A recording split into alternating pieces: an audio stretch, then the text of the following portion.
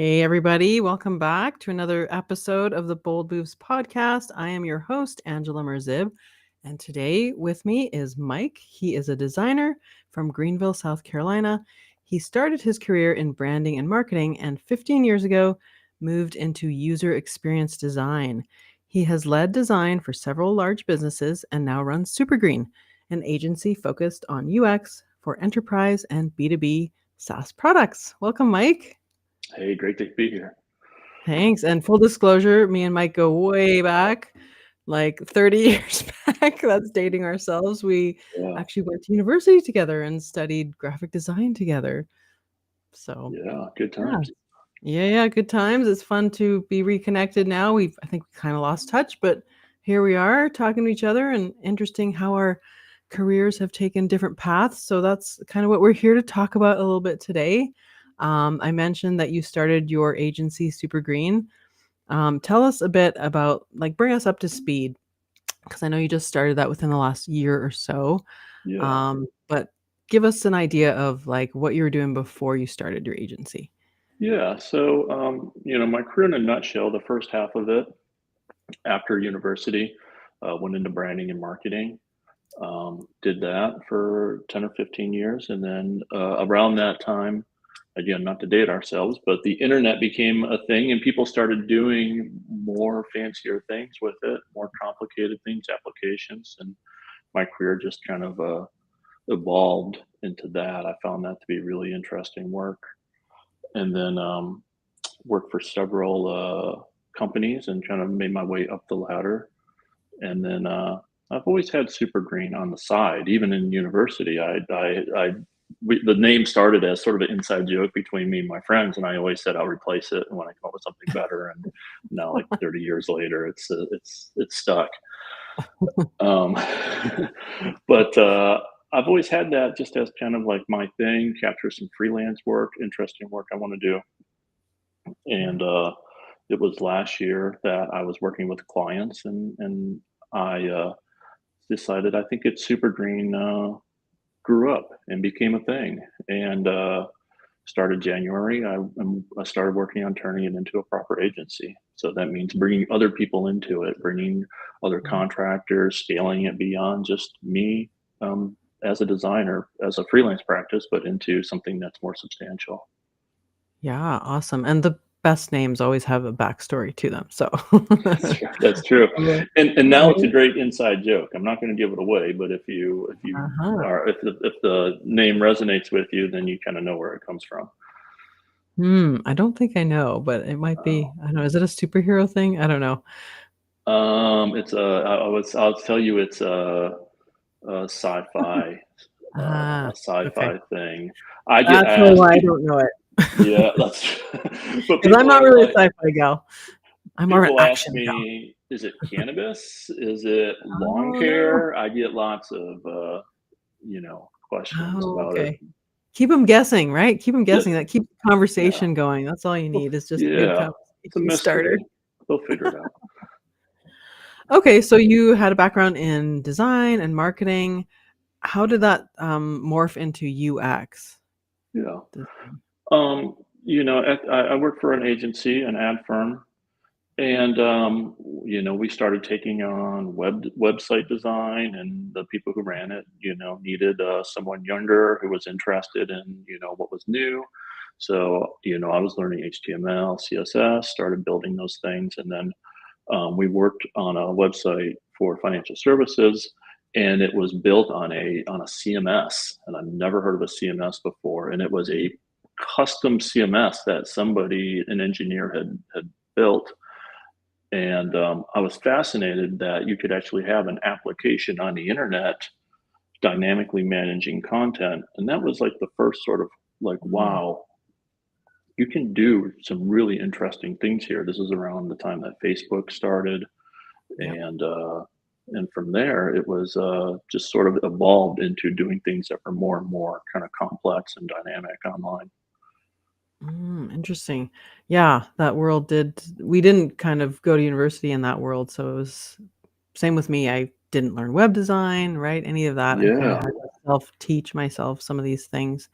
yeah, So before we go too far, because I know we're talking about UX. We're throwing all these terms around UX and user experience. So for those in the audience that aren't familiar to the concept, how would you define UX or user experience in simple terms, and also why it's Yeah, important for business today? yeah. Um, Simply put, UX is understanding what users want to do within a certain product or within a service, understanding what their needs are, what they value, and then making it easy for them to accomplish those goals. So, typically in my world, that's in the context of a digital product. So that's, understanding who your users are. And sometimes that can be complex, right? You can break them into cohorts. There's different types of users. They have different things they want to do within that application. So we understand that and then try to help them accomplish their goals in an easy way. Okay, so Um, this is in things like apps and websites. it, Is there it could be, other yeah, applications for this? it could be a mobile app. It could be on a desktop. Think about things like managing your healthcare, managing your banking and finances, communication. There's lots of communication tools, lots of tools we use in our businesses to work for bookkeeping, for HR, for those things. These are all things that have a really strong UX sort of component to them. Mm, right. And so, why would you say it's important for businesses to focus on this? I know you have some, I've read some of Yeah, your book, and there's some really great examples in there yeah. of some, differences it's made in businesses. So, Hmm. from small business like to large business, do you Hmm. recommend everyone focuses on this, and why? Yeah. So, what we practice is what I would call human-centered design. And Yeah. that is, making sure that these design decisions we're making, um, and these are decisions we're making with a high degree of intention, right? Mm, Um, we're making those in a way that benefits the people that use the product or use the service. So, the effect of that is it creates higher engagement, it creates higher adoption, it creates loyalty. All these business outcomes that we see as beneficial, yeah. these like KPIs that we value, UX actually drives those things if we do it in a human-centered way. Yeah. Yeah, that's funny you should mention all those things, because obviously we got our start the same way, taking graphic design, and for years that's all I did was graphic design, and then got into web design, and after a while I was like just designing for the sake of designing. There was no rhyme or reason behind it. So that's why I, Mhm. went into brand strategy. I thought I Yeah. need to make it make sense for, like, why are we doing this thing? Like, are we just picking these arbitrarily, right? It Mhm, it mhm. seemed that way, and it probably was that way before I started focusing on like the strategy portion of it. So, Yeah, designing like what you say with intention to boost engagement, boost loyalty, and things like this. So like all that work, it does has the same sort of function as well. I get into UX, but now I'm confused because when I read your book, you did mention some people might confuse UX with CX, which is mhm. customer or client experience. Yeah, And yeah. so for anyone listening, can you kinda explain the difference between the 2? Because I thought maybe I was doing UX, but I think I'm doing more of CX with how I work with clients. Yeah, yeah. Yeah, And there aren't hard lines between all of this stuff. It really depends on context. So, yeah, different businesses will define these things differently, and whatever serves them best, is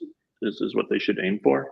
But in general, CX, which we would call customer experience, is the broad sort of umbrella, because CX would include UX generally is associated with a digital experience. okay. CX would be digital and offline, you know. So it Mm, could be, if I'm Target, my CX is my website. It's also my in-store experience. It's how right. products are returned. It's how things are shipped and handled. It's all of this stuff that affects the customer, UX being a subset of that. Yeah, I kind of explain it to my clients as like it's like your sales cycle. That's what I work on with them. It's like how Hmm. do clients find out about you? How do they get to know you? Why do they buy from you, right? And why do they Hmm. return and re-engage or refer you, right? So Yeah, talk about it like a circle because we want it to always be coming back. yeah, And yeah, so, but like you say, it could be anything. It could be like, do you have bus bench ads or do you host events? Like it's everything. So, yeah, yeah. um, but what you focus on is mostly the digital aspect of things, right? Mostly the digital aspect, Yeah. yeah, and generally Yeah. that's associated with, like, what you see on the screen. Now, this is the one thing Right. that we're seeing more and more is what I would call, kind of multimodal experience, because now it's more than just seeing Right. pixels on a screen, it's a voice interface. Mm, It could be gestures and things, where you're bringing AI into this. So when I say digital, it's actually, it's expanding beyond the traditional borders of just like mm, your computer. right. Yeah, absolutely. And that's getting more and more complex these days as different technologies are coming in, AI and other Hmm. things, right? So it's Yeah, constantly evolving. Um, I don't know if this was in your book or what you said in your intake form, but you emphasize that technology should help people and not just exist for its own sake. yeah. How do you adopt that in the way that you work with your team or your clients to ensure that that happens, that it's enhancing lives rather than complicating Yeah, them? I think, the simple answer is that we include people in our process. Mm, So, it begins by, the simple way to include that in the process is to just do a session of user discovery. And it might yeah, just be a week or a few weeks, depending on the size of the effort, the complexity involved. But begin with a foundation of understanding, the people that you think need this product. yeah. That's the biggest place that, where you can create impact in this process is to do that right up front. And is that done through focus groups or are those kind of, um, I wanna say, like, not very accurate because they rely Mhm, too much on groupthink and mhm, kind of mhm. go following along, with the leader of the group kinda thing? Or how do you actually Yeah. test for these things? Yeah, there's a lot of different ways, and they all kind of have, benefits and challenges. For our practice, what we do is we create what we call a user reference panel. So we Mm, identify, maybe like 20 people who we feel like are ideal. And then what we'll do is begin the project by talking to 5 to 8 of them individually. Now, one of the things we do is we use a script. So it's a standardized okay. conversation, which lets you, and what you're looking for there are themes. You're looking for, 3 people that say the same thing. Now I'm Mm, starting to get a signal that this is a real need. Um, and now I'm beginning to base my decisions, not just mhm. on my assumptions, but on things that I'm actually hearing people say. That's a good way of doing it. I like the script idea because it's all the same for everybody, so Hmm. you're gonna Yeah. yeah, it's like having the control. So what Yep. kinds of questions can I ask you what kinds of questions would be useful to ask somebody? Yeah.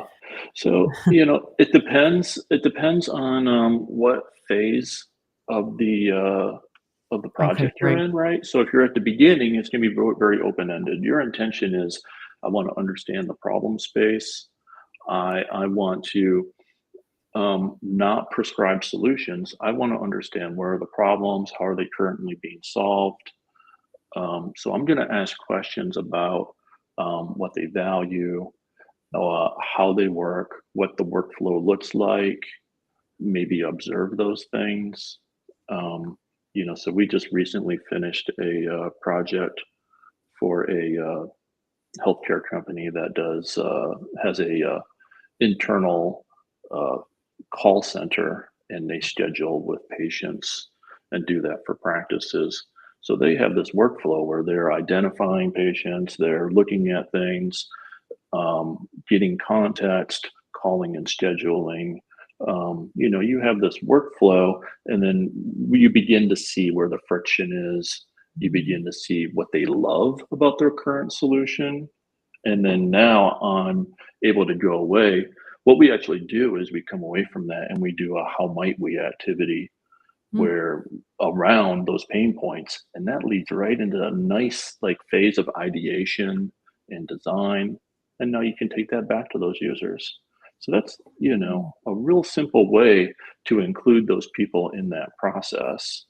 And Mm. by the time you get to what I would call design execution, like we've got a thing, we feel pretty good about it, we're ready to start to talk Right. engineering about building it. We've got high confidence in that solution before we actually go through and build it. Yeah, it's a great way to not waste time, resources, budget on the wrong thing. Mhm, mhm. Talking about it first, ironing some things out before you start to build, because that's the expensive part and the time It consuming is, part is the it is, building, right? So that's it a smart is. way of looking at it. And one other thing that I didn't really think of before is that user experience design is not only external, meaning like your customers and clients, but it has an internal lens too, like your employees, your staff, Mhm. whoever's running the show in the business. You need to Yeah. look at that too, because there can be snags there as well, right? From what you're Yeah. saying?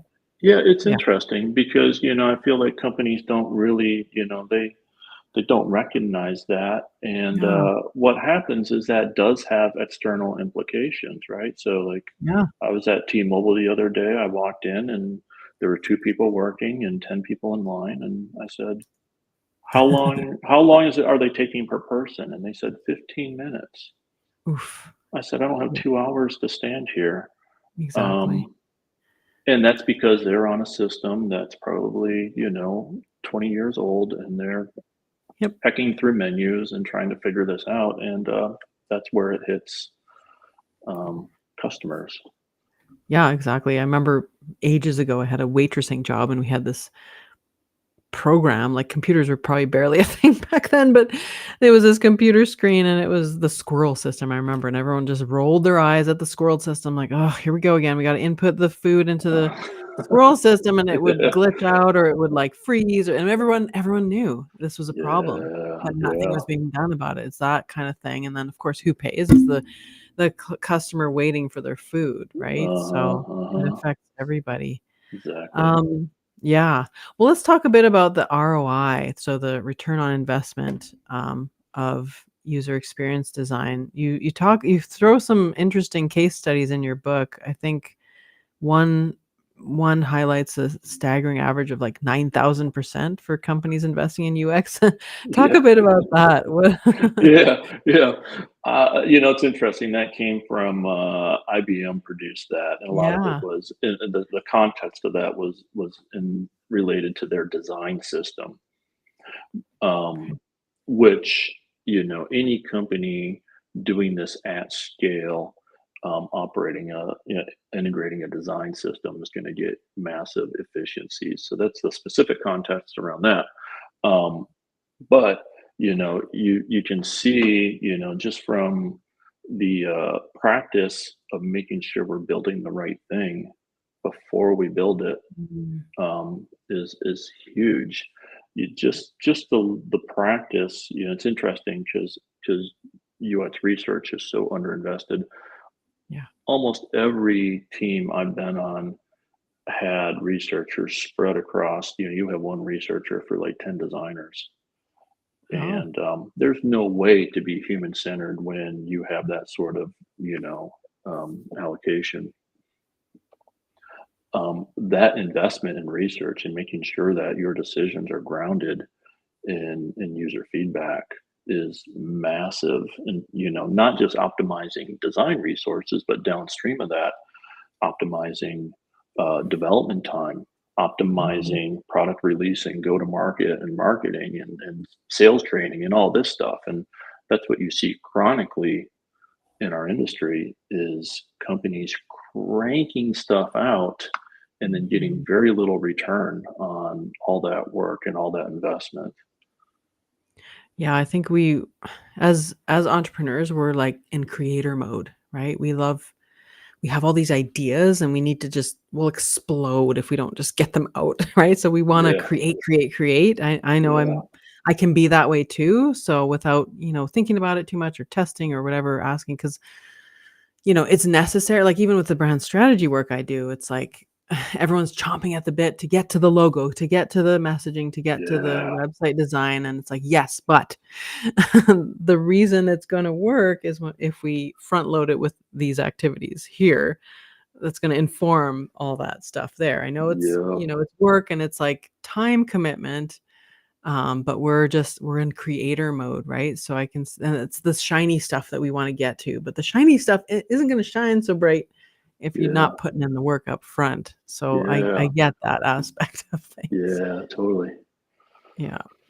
So, but it does have, a positive return on investment for even the smallest of business to large companies.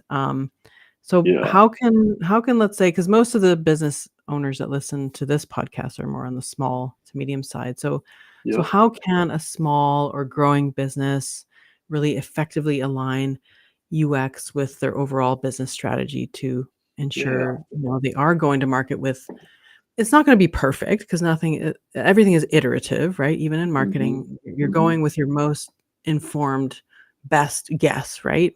So Hmm. what can they do to Yeah. align that? Yeah. That's interesting. And I'm a small business, right? So it's interesting. I get to take my methodology and apply it to myself. Yeah. So I'm there. I think one of the best things a small business can do is develop a network. What I would call a user reference panel is what Marty Kagan calls it. He's a sort of a product guru. But Okay. develop 5 to 10 people that you can have real talk with about your product and interview them, and Mhm. find people who will say to you, your service needs to be better. You need to be Right, offering a different service. You're too expensive. You're too cheap. right. Find those sort of sample, what I would call, consider them users, um, and do those user interviews. And I would call that, I would consider that user discovery. You can do that for your business, no matter what business you're in, Yeah. and take all those insights. And then now I start to get a better picture of where the opportunity is, what they need. I can create some service offerings out of that, and now I can go back to them and test those service offerings. So, Mhm, that's to me, that's a much more sort of scientific approach to mhm. figuring out how to solve that problem than me going on assumption and then putting money into marketing or, whatever go to market looks like for you.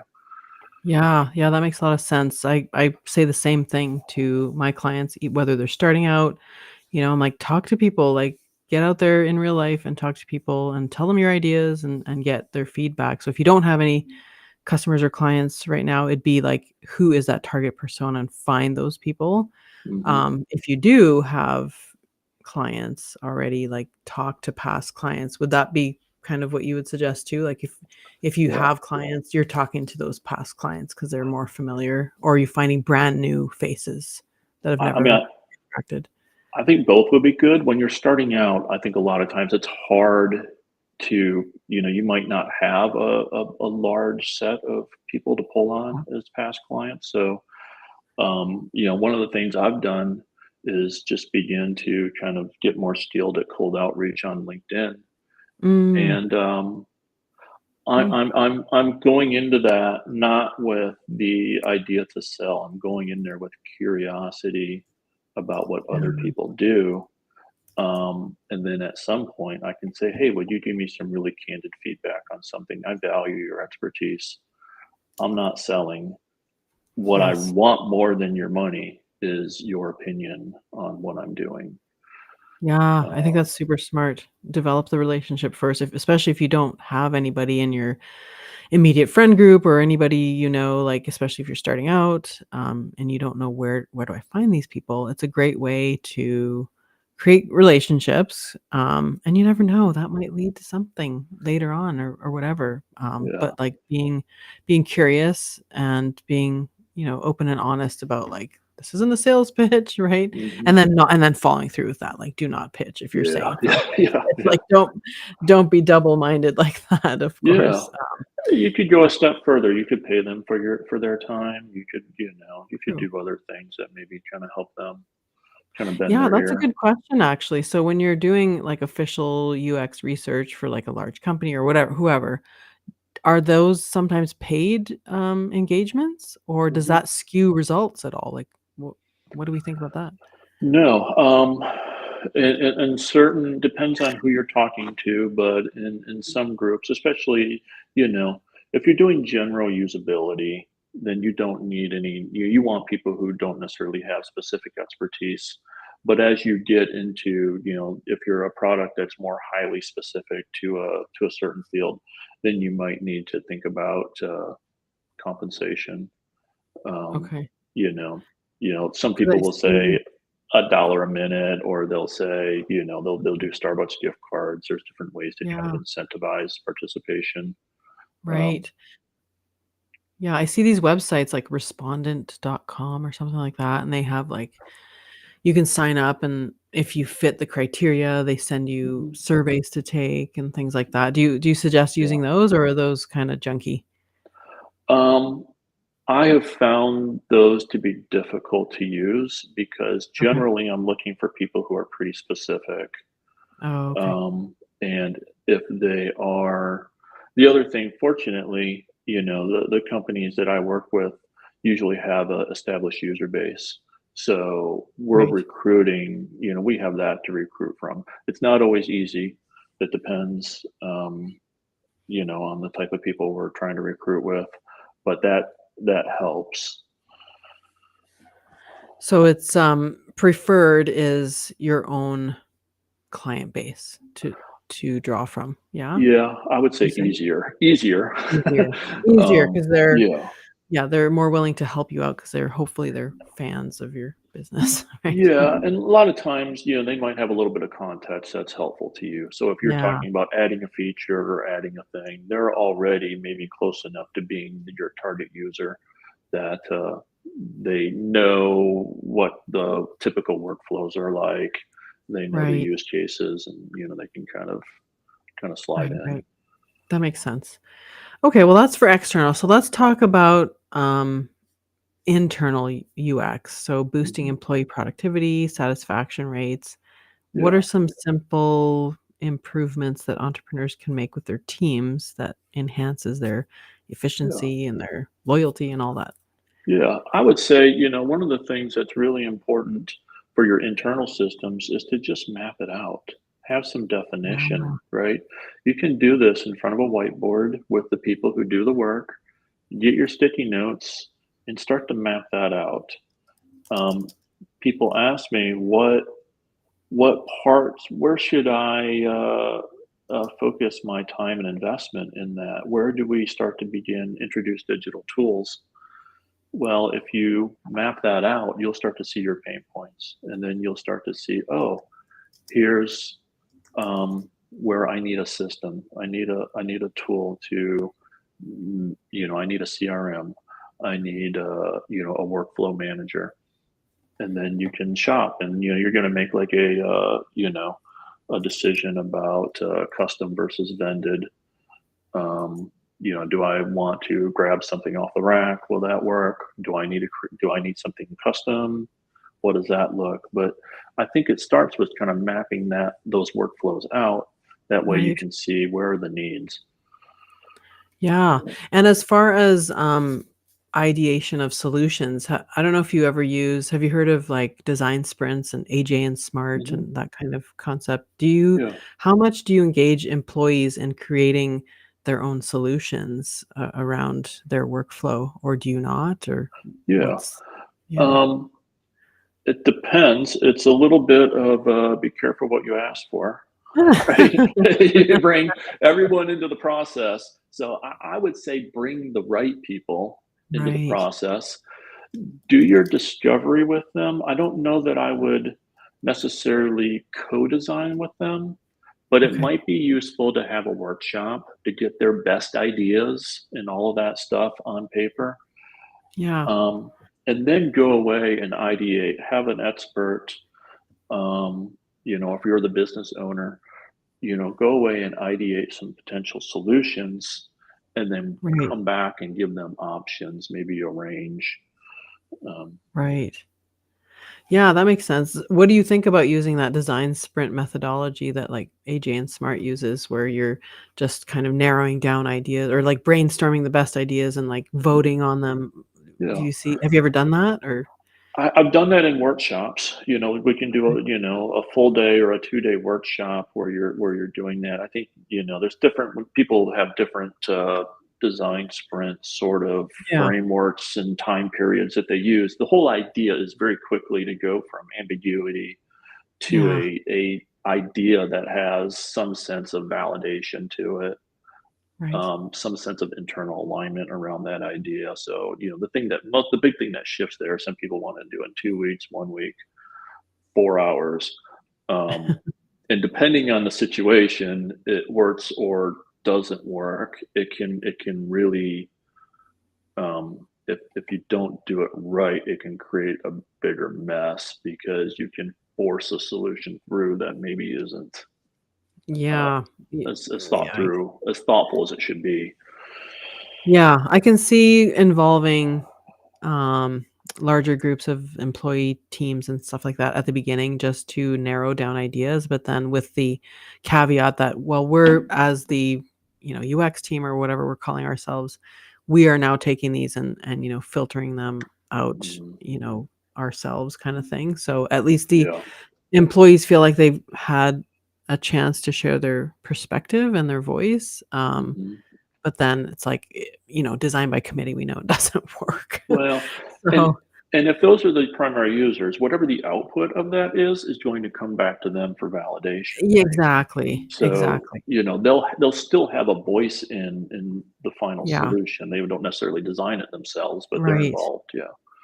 And it's really impossible to please everybody, right? It's not really about pleasing anybody, it's about efficiency and these kind of things, right? Yeah, Um, people don't like change, and no, people that's it true. it can make people uncomfortable to make their job easier. That can be difficult internally. Um, Yeah, I can see that. yeah, I can see but that. involving them in and actually, making sure that it's a pathway to doing more impactful, more meaningful work that Right. they're uniquely equipped to do. Hopefully you can get them on board and support with the implementation side of things. Yeah, so that's another interesting question. Once all these changes are made, is it best to work with like a change management expert, or do you just kind of plonk it on the business and have at her, fellas? Like, how does that work? Yeah, yeah. It depends. Yeah. If it's an external thing, then you have a whole go-to-market strategy and you have a Right. whole chain of things that need to happen. If it's internally, then usually there's change management, some Okay. I thought HR. so. There's a lot of great tools you can, Pendo and things and kind of, in product messaging and tutorials and things you can do to kind of help people adopt, these this sort of new Yeah. new systems. Yeah. Um, so tell me about what are some performance metrics that we should be gauging? So what are some important things that we should be measuring to Mhm. understand if the changes we are making are effective or if they need to go back to the drawing board? Yeah, I think that's really important. The temptation is to, teams typically measure what they do in terms of output, right? We built the thing, it released. We're moving on to the next thing. Yeah. Um, the important thing is that we measure performance in terms of outcomes, which means that we're driving everything ladders up to business metrics. So it's not unusual to have some sort of event tracking in a product and message and be tracking engagement, tracking adoption, and these sort of things at a high level. But what you want to do is begin to track those things in a way that we can create positive correlations with business KPIs, right? I understand that higher adoption of this feature actually prevents people from churning. So it creates a higher degree of retention. Or I understand that this metric, right, that making it easy to onboard actually increases sales and revenue. It's driving Mm, adoption because I'm looking at the metrics and event tracking for that process. Um, okay, that so makes sense. it's those sort of things. I think that's a big opportunity is understanding how these in product metrics ladder up to business KPIs.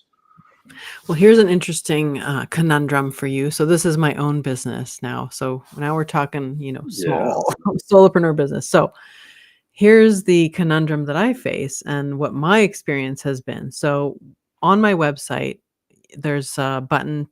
It's everywhere. The call to action is book a free fit call. Okay. Hmm. So this fit call is a 45-minute call where I'm asking you a bunch of questions. I'm really learning about your business, what's going on, why, you reached out to me. I have like a whole bunch of questions that I ask you.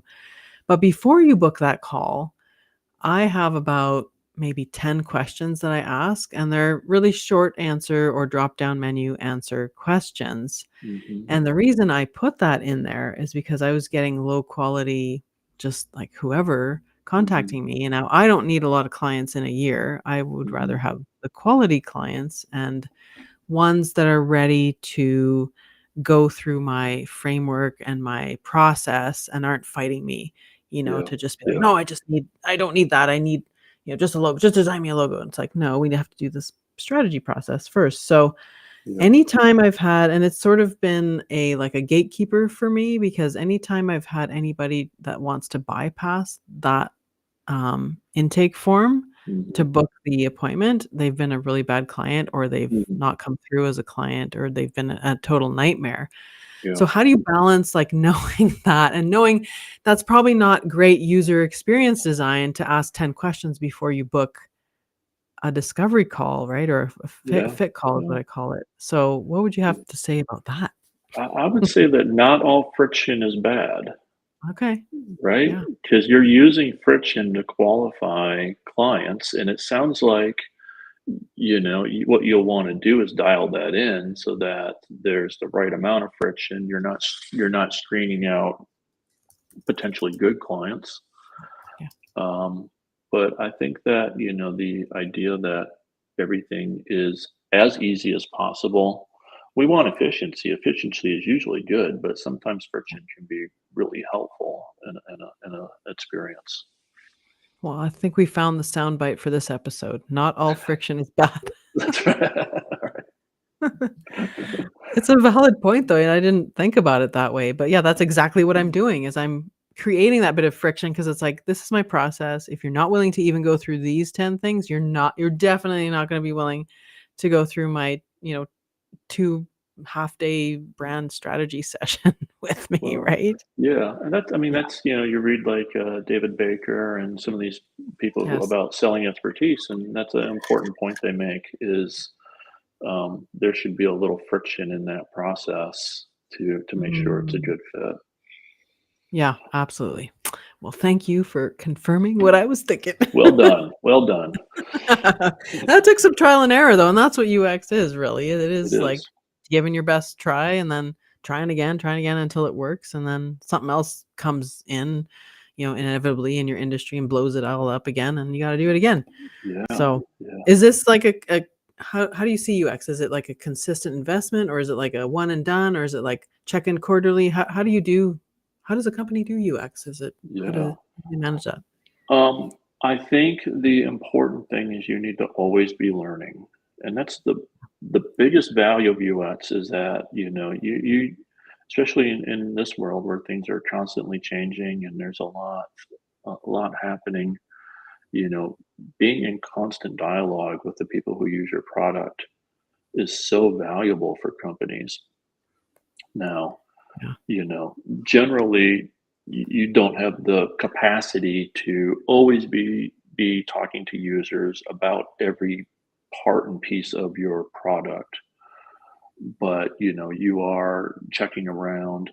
I think typically companies tend to fixate on what the new thing is, and I think Yeah. there's value in definitely doing that, but also coming in and doing a health check on the product as a whole or on whole features, things like that, once a year or every 6 months or something, understanding, you know, Mhm. are we still good here? Um, Mhm. Making Okay. sure that we avoid that drift Yes. into adding, always adding new things. The technical term is enshittification. It's it's we keep bolting stuff on until the whole thing is just a, Just a massive, like impenetrable mess. Yes, nip it at the bud and don't Yeah, let it get away from you is yeah, the lesson there. Yeah, yeah, it's funny because it's like when you go to the dentist and they ask you, "Have you been flossing?" It's like, "Oh, we all know we should do it, but do we yeah, really do yeah, it as much as we should do it?" yeah, Right? And you exactly. always lie and you're like, "Yeah, but your gums are bleeding as they're working on Yeah, they know. They They know. they know. So don't let it get to that point where your gums are Yeah, bleeding yeah. is the yeah, I know, and as business owners, we focus on selling, selling, selling, selling, selling. I talked to somebody the other day who's like, "I know I need to build a brand, but really I gotta sell products, so I'm kinda Mhm. stuck," like and then it's like, well, that's all related, right? If you have more brand loyalty and brand recognition, you'll sell more products, but we kinda don't we feel like it's going backwards now and right? There's kinda Yeah. that misconception always Well, that as an the shiny entrepreneur, thing. there's so much to do, right? And Yeah, like you can't over calibrate too much on any one thing. So I think that's what I would encourage people is just figure out what's the right size effort for this yeah, in your business, yeah, because it is important, but there's other things that got to be done too. yeah. Well, I'll ask this last question. Is there any, common mistakes you see people making when they're investing in UX, and how can they avoid those common pitfalls that you Yeah, I see? think the most common pitfall, we've kind of talked around it, is just not including people in the process. Right. Um, we are excited to get the thing done, to get into how it looks, Yeah. um, and that's fun and that's important, but it's also kind of hollow if you don't actually include, the people who use the product into that process to know that awesome, beautiful thing that you're delivering to the world also creates value for the people you want to buy it or use it. Yeah. Yep, and I don't know who said it, but I say it a lot too, and it's like design isn't just about how it looks, it's about how it works, right? Yeah, yeah, Ultimately, it has to be useful. Well, thank you, Mike. That was a value-packed episode. Lots of insights for, small business, big business, anybody really looking to improve their user experience, as we all should, right? And remember, not all friction is bad friction. that's So right. if you're like me and you have a grueling process to book an appointment, that might be good. But I I might go love back it. and look at that. And I have a few times before and just kind of rewording questions or like eliminating some that may not be Mhm. totally necessary. So it's always an iterative process, right? Yeah, for sure. Um, I know we have some things to share, so I'm going to share your website, but where else can people find you online? Well, my website, my LinkedIn, Right. you can find me there. There's a on my LinkedIn is a link to my newsletter. I write about UX every couple of weeks. Nice. And I know Um, you recently wrote a book. mhm. Let me show that for everybody. Yeah, So you recently wrote this book? yeah. A lot of UX has been written for UX people, and that's why I wrote Yeah. this book. Is just wanting to make UX, more accessible to people who don't necessarily have a tech background or a design background.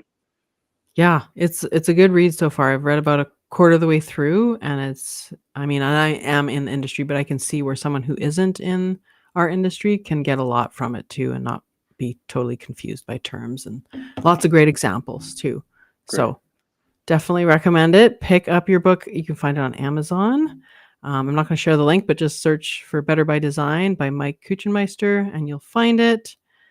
And thanks, Mike, for talking your heart out with me today about Yeah. UX. Thank you. I enjoyed it. Yeah, it's been great. So, thank you everybody for joining us. And